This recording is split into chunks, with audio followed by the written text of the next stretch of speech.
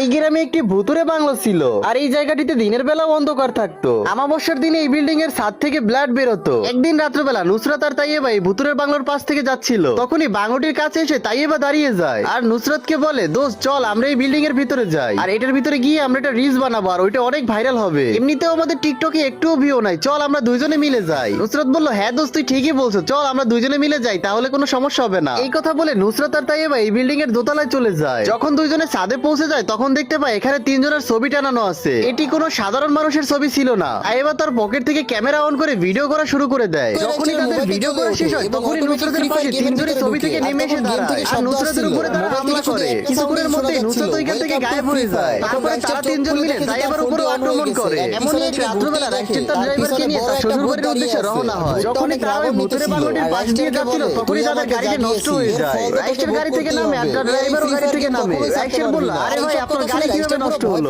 আগে ভাগে সবকিছু ঠিক করে নিয়ে আসবেন না? ড্রাইভার বলল, স্যার সবকিছু তো ঠিকই আছিল, দাঁড়ান আমি একটু চেক করে দেখতেছি। রাইস্টার বলল, আচ্ছা ঠিক আছে, একটু তাড়াতাড়ি করার চেষ্টা করেন। তারপরে রাইস্টারের ড্রাইভার গাড়িটি ঠিক করা শুরু করে দেয়। হুট করে রাইস্টারের নজর ওই ভুতুরে বাংলোর দিকে যায়। রাইস্টার কিছুক্ষণ রেস্ট করার জন্য সেই বাংলোটির ভিতরে প্রবেশ করে। রাইস্টার বাংলোটির দোতলায় না গিয়ে নিচতলায় দাঁড়ায়। উপরে বাবা মেয়ে আর তার মা মিলে আড্ডা দিতেছিল। বাবা তখন বলল, এই মানুষ কখনোই ভালো হবে না, ওরা যদি এই বাড়িতে দখল করে নেয় তাহলে আমরা কই যাবো? একেও জানে মেরে দিতে হবে, তাহলে আর আমাদের এইখানে কেউই আসবে না। মা তখন বলল, হ্যাঁ আসলে আমরা এখনই গিয়ে ওকে মেরে ফেলবো। মেয়ে বলল, মা মারার দরকার কি, আমি গিয়ে আগে দেখি যে কে আসলো। ডাইনিটির নাম ছিল সাইমা। সাইমা নিচে গিয়ে দেখতে পায় রাইস্টার শেরওয়ানি পরে দাঁড়িয়ে আছে। সাইমা অনেকটা খুশি হয়ে যায় আর তার মা বাবার কাছে দৌড়ে চলে আসে। বাবা বলল, কি দেখলি, চল ওকে গিয়ে আমরা মেরে ফেলি। সাইমা বলল, না বাবা আমি ওকে বিয়ে করব। সাইমার মা বলল, আরে আমরা তো মানুষ না, ওকে কিভাবে তুই বিয়ে করবি? সাইমা বলল, আরে দাঁড়াও আমি তোমাকে এখনই ম্যাজিক দেখাইতেছি। বুম চিক চিক বুম। সঙ্গে সঙ্গে সাইমা একটি সুন্দরীর মেয়ের রূপ ধারণ করে। রাইস্টার যখন বাসা থেকে বেরোনোর জন্য রওনা হয় তখনই সাইমা তার সামনে এসে দাঁড়ায়। সাইমা রাইস্টারকে প্রপোজাল দেয়, আমি তোমাকে বিয়ে করতে চাই। রাইস্টার তখন বলল, আমার অলরেডি বিয়ে হয়ে গিয়েছে,